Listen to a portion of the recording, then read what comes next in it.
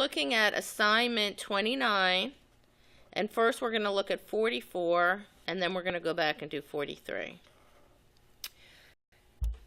So it says in a certain process, the work can be found with a function. So the work is equal to 5t cubed plus 2t squared plus 8. The time to complete the process is 2 seconds. So it says find the power. So the work is a function of time. Whenever anything is a function of time, you're going to say to yourself, calculus. Okay?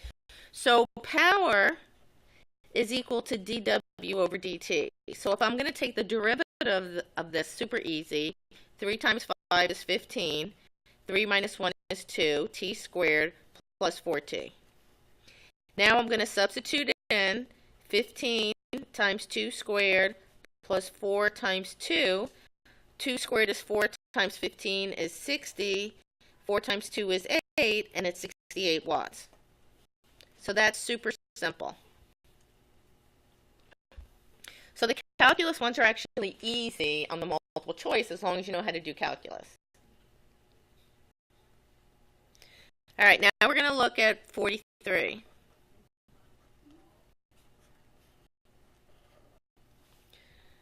All right, so it says a 1,000 kilogram car. Now, why do I bother to write my given and find? The reason is if there's like a conversion, I might miss it. But if I physically write with my hand, m is equal to 1,000 kilograms, and this wasn't kilograms, I would say, wow, it's grams, I need to convert or something else. It accelerates up a 37-degree incline. It starts from rest.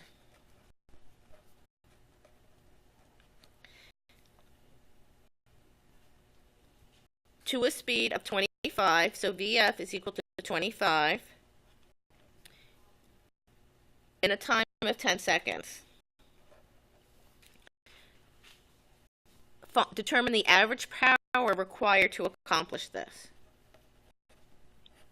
So the first thing I do is, it depends. I can say to myself, well, what's the equation for power? I know that power is work divided by time, and they actually already gave me the time. So I just have to find the work. Okay? And I know that work is equal to the change in energy. But in this problem, I recommend drawing a picture. And the reason is, if you just say, oh, work is equal to the change in energy, you could do that if that was on a level surface. And this is why just drawing for yourself a little sketch and saying that, okay, this is a 37-degree incline. The block starts here. Now remember, when I'm talking about energy, if the block was on a horizontal surface, it would just be a change in kinetic. But there is also, in addition, a change in the height, which would mean gravitational potential energy. So, remember, this block is moving a distance x up this incline. Okay? They told us this time it takes. So now when I'm looking at this problem, and I know powers work over time, which is the change in energy, the power is going to be the change in the kinetic energy plus the change in the gravitational potential energy. And that's why drawing the picture helps me to see that and conceptualize that there's a change in a potential energy as well as a change in kinetic energy. Now, if I looked at the equation, this is 1/2 mvf squared plus mgh. Now, how do I know what to do next? This is the systematic approach to solving a problem. What you do is, when you write it out like this, I'm going to say, well, I know the mass, I know the final velocity, I know the time. The only thing I don't have is this vertical height. Okay? Now, what I do have is, along this plane, I have V naught, I have VF, and I have T. Now, we all do kinematics differently. What you do is, there's more than one way to solve a problem. And you do it the way that you first think about it. Okay? Don't worry, oh, there must be an easier way. If you know the way to do it, and it takes an extra step, that's okay, because you're still going to get the same answer. So when I first looked at this, I said to myself, wow, I have V naught, I have VF, I have T, and I would say to myself, with those variables, maybe I could find A, and then if I found A, I could find X. Because the bottom line is, in order to find H, I need to find X. And if I wanted to, I could say, well, what are all the equations that even have X in them? Remember, we have our equation, X is V naught T plus 1/2 AT squared, and V naught is 0. We have VF is equal to V naught plus AT, and we have VF squared is equal to V naught squared plus 2AX. Now, we also have the other equation that doesn't have X in it. I mean, A. But, again, when I was doing this, and each time you do it, you can do it different, I said, you know what? I'm going to use this equation, and I'm going to find A. So I would say that VF minus V naught over T is equal to A. So 25 meters per second over 0 over 10 is 2.5 meters per second squared. Then I would use this equation and say X is 1/2 AT squared, so 1/2 2.5 times 10 seconds squared, which came out to be 125. Now, could I end up using maybe one equation to do that? Sure, I could. But what you need to do is you need to go with your first thought. You have to say, what is my first thought, and how do I solve this problem? Okay.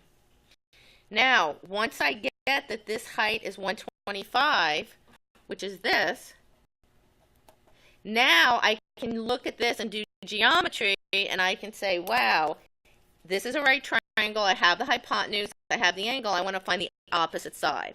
So I would say H is equal to 125 times the sine of 37 degrees. So that came out to be 75.23 meters.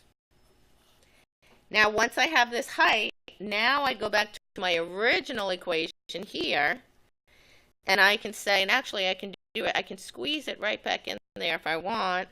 I'll do it on the bottom. More room. And say the power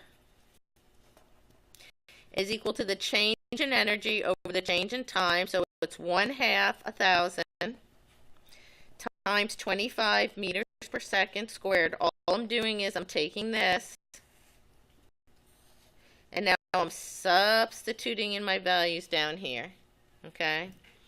Plus 1,000 times 9.8 times 75.23 divided by 10 seconds.